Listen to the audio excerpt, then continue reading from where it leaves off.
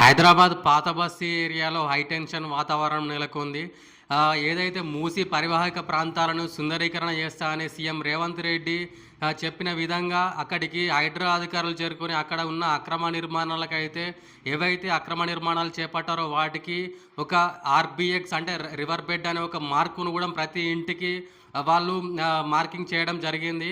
అయితే ఇక్కడ మార్కింగ్ చేసే తరుణంలో జీహెచ్ఎంసీ అధికారులైన హైడ్రా అధికారులకైనా అక్కడున్న ప్రజలు వ్యతిరేక నినాదాలు చేసి వారిని అడ్డుకోవడం జరిగింది. అయితే ఈ తరుణంలో మూసీ పరివాహిక ప్రాంతాల యొక్క ప్రజలు ఎవరైతే ఉన్నారో వారికి ప్రభుత్వం కూడా మీకు డబుల్ బెడ్రూమ్లను శాంక్షన్ చేస్తాం, మిమ్మల్ని ఖచ్చితంగా సురక్షిత ప్రదేశాలకు తరలిస్తామని చెప్పినా కూడా అక్కడ ఉన్న ప్రజలు ఎవరు వినే యోచనలో కూడా లేకుండా ఉండడం జరిగింది.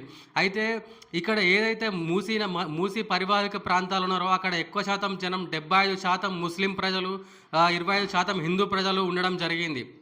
అయితే ఈ మూసీ పరివాహిక ప్రాంతాలకు సంబంధించిన మొత్తం ఏరియాలో మజ్లీస్ సంబంధించిన ఎమ్మెల్యేలు ప్రాతినిధ్యం వహించే అది ప్రాంతాలే ఎక్కువగా ఉండడం గమనార్హం.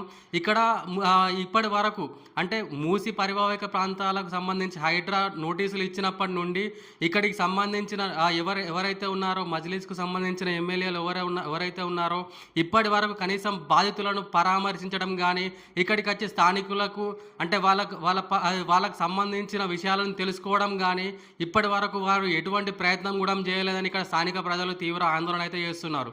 అయితే అక్బరుద్దీన్ ఓవైసీ అయినా సరే, అసదుద్దీన్ ఓవైసీ అయినా సరే వాళ్ళకు సంబంధించిన ఏదైతే ఫాతిమా కాలేజ్ ఉందో ఫాతిమా కాలేజీని కూల్స్తారని చెప్పేసి హైడ్రా చెప్పినప్పుడేమో అక్కడ వాళ్ళు పెద్ద ఎత్తున నినాదాలు చేసి మా కాలేజీని ఎట్లా కూలుస్తారని చెప్పేసి ప్రెస్ మీట్ పెట్టి పెద్ద ఎత్తున ఆందోళన అయితే చేశారు. అంతేకాకుండా మా కాలేజీని కూల్స్తే మాత్రం ఇక్కడున్న విద్యార్థులతో పెద్ద ఎత్తున ఆందోళన చేస్తామని చెప్పారు.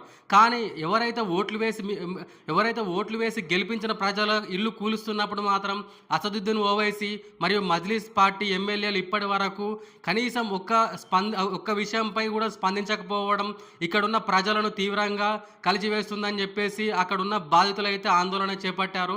అంతేకాకుండా ఇక్కడ మూసీ పరివాహిక ప్రాంతాలు ఏవైతే ఉన్నాయో ఇక్కడ ఉన్న ఇండ్లన్నీ దాదాపుగా అన్ని ఇల్లీగల్ కన్స్ట్రక్షన్స్ అని వాళ్ళు ఒప్పుకుంటున్నారు.